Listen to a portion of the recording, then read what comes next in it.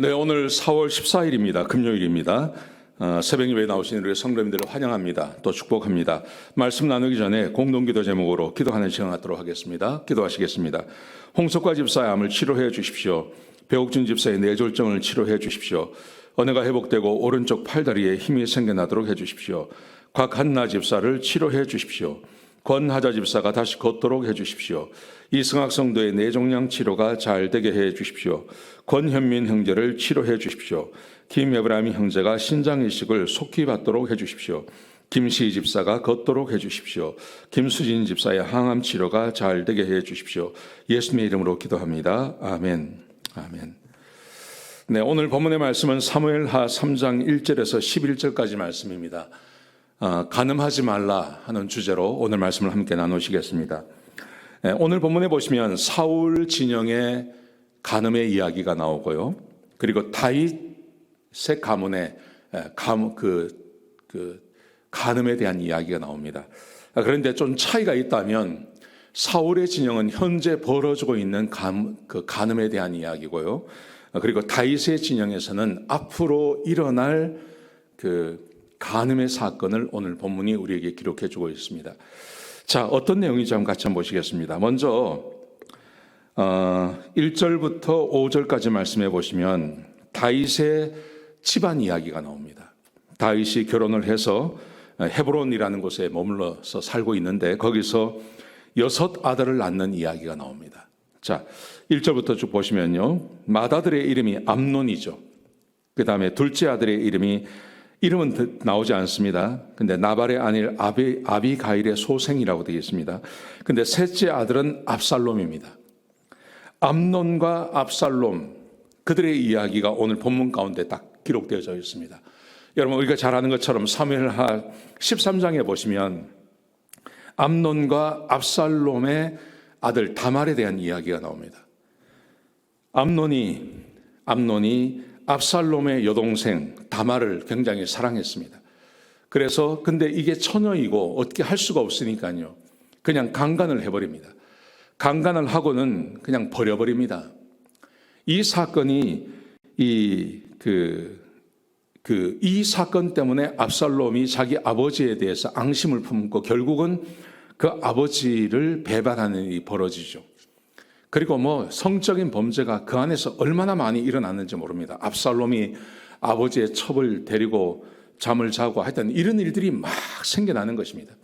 오늘 본문에 보시면 암몬이 나오고 압살롬이 나오는데 그들의 이름 아래 우리가 익히 알 수 있는 것, 미래에 성적인 범죄가 벌어지고 이 성적인 범죄 때문에 여러 가지 다윗의 집안에 우환이 찾아오고 실제로 다윗도 고난을 당하는 이야기가 기록되어져 있는 것입니다. 자, 그런데 6절부터 보시면요. 6절부터 11절까지 보시면 지금 사울의 진영에서 사울의 집안 안에서 벌어지고 있는 간음에 대한 이야기가 오늘 본문 가운데 기록되어져 있습니다. 그것은 다른 게 아니라 아브넬이 사울의 첩 가운데 이스바라고 하는 여인을과 통간하는 이야기가 나옵니다. 아브넬이 사울의 장관, 군대 장관이었습니다. 근데 사울의 첩이죠. 그러니까 이것은 통관하면 안 되는 겁니다. 간음하면 안 되는 사이입니다. 그런데 이 아브넬이 이것에 구애받지 않고 그냥 간음을 해버립니다. 간음을 하니까 사울의 아들이 이스보셋이 이걸 지적합니다. 어떻게 그럴 수 있냐 그럽니다.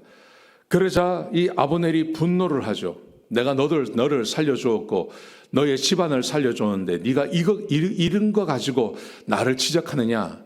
그러면서 막 화를 냅니다. 분노하고 화를 내니까 이스보셋이 아브넬을 두려워해서 아무 말도 하지 못합니다.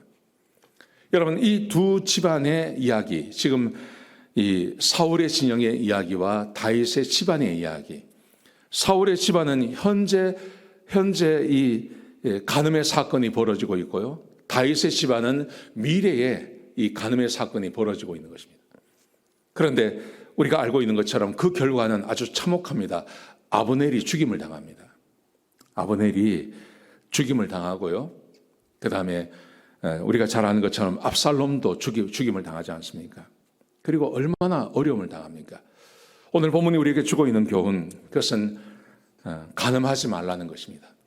간음하면 하나님께서 반드시 그 간음의 대가를 묻습니다.